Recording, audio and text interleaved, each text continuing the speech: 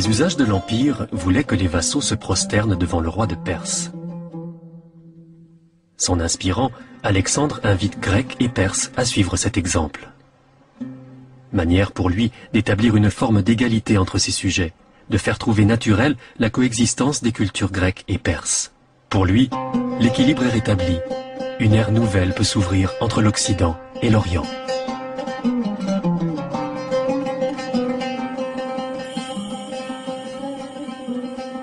Comme on l'a vu à Babylone, il laisse les satrapes perses en place.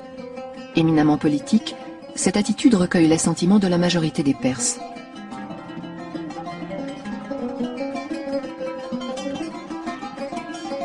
Toutefois, cette clémence à l'égard des vaincus n'est pas acceptée par tous ses officiers. Parmi eux, des voix s'élèvent qui lui reprochent de faire la part trop belle aux coutumes perses, y compris et surtout en les adoptant. Il n'en demeure pas moins déterminé. Un fossé commence à se creuser entre lui et ses hommes.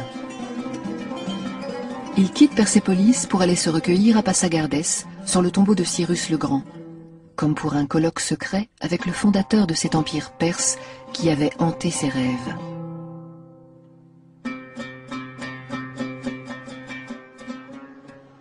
Puis il se lance à la poursuite de Darius, qui s'est enfui en compagnie du satrape de la Bactriane, Bessus, qui assassine l'empereur perse et s'enfuit vers l'est.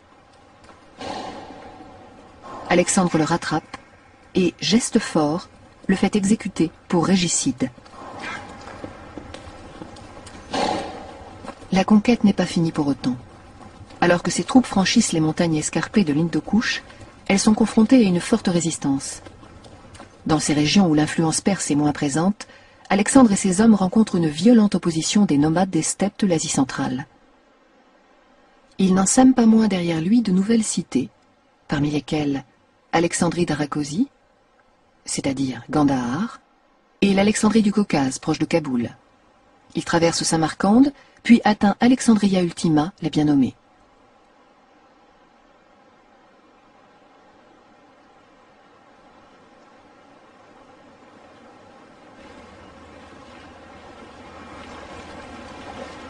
Il franchit la Bias, affluent de l'Indus, la partie la plus orientale de son immense périple.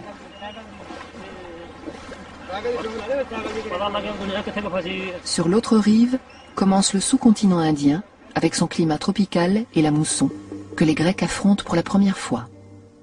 C'est là que, selon Anabase, une immense armée indienne a pris discrètement position. Elle est commandée par le roi Porus, qu'Alexandre capture. « Comment veux-tu être traité ?» lui demande-t-il. « Royalement », répond Porus. « C'était mon intention », répond Alexandre, qui prend à cœur de s'en faire un ami. Nous sommes en juillet 326, 8 ans après le début de son expédition, 4 ans après la prise de Persépolis. Ses soldats sont là, ils aspirent à retourner chez eux. Alexandre tente de les persuader de ne pas renoncer.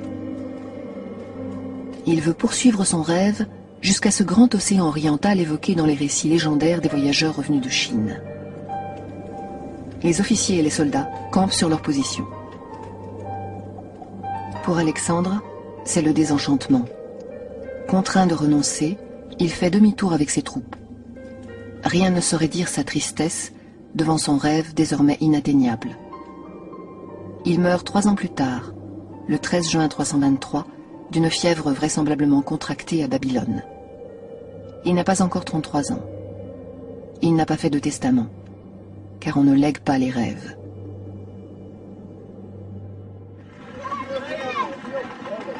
Aujourd'hui, celui qui a traversé le ciel de l'histoire comme un météore demeure partout présent en Orient.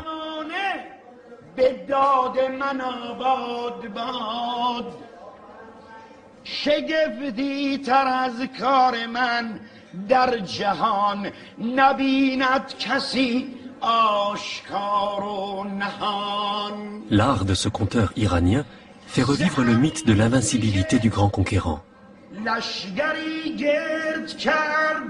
Les sources des conteurs puisent à la fois dans une mémoire et une littérature universelle qui ont transcendé les époques et les cultures d'Orient et d'Occident. Le souvenir de cette épopée unique s'est transmis quasiment intact depuis 2 millénaires.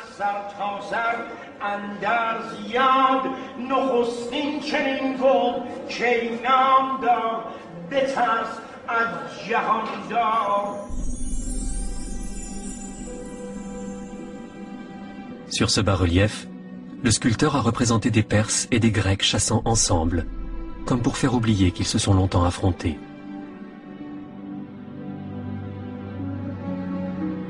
Cette allégorie exprime la pérennité de la vision d'Alexandre. Ce cavalier surgit d'une petite cité grecque et poussé par un rêve trop grand pour son temps.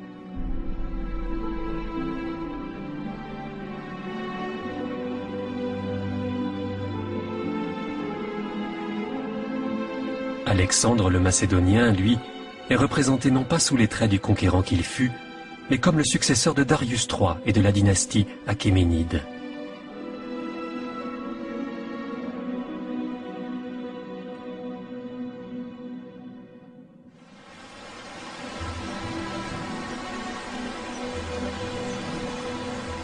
Le monde grec, qui 10 ans plus tôt s'arrêtait à Byzance, se prolongeait désormais jusqu'à la vallée de l'Indus. Avec le roi de Macédoine a surgi le rêve le plus grand de l'histoire, celui de la fusion, autrement que dans le fracas des armes, de l'Orient et de l'Occident.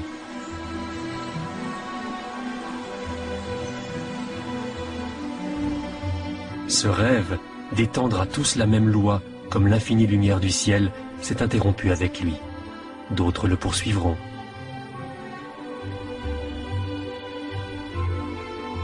Les trésors enlevés au roi perse auront financé la création de grandes routes, accomplissant l'un des desseins d'Alexandre, mettre tous les vivants en communication les uns avec les autres.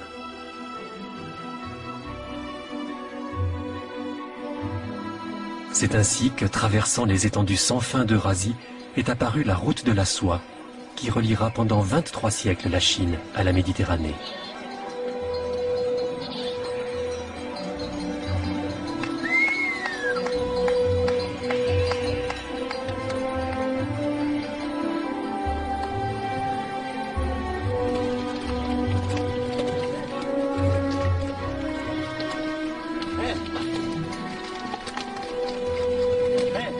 Tous les hommes rêvent, mais il semble parfois que ce soit l'histoire qui rêve à travers eux. Commencé dans la Grèce antique, le songe du petit roi visionnaire de Macédoine, réunir l'Orient et l'Occident, demeure inachevé.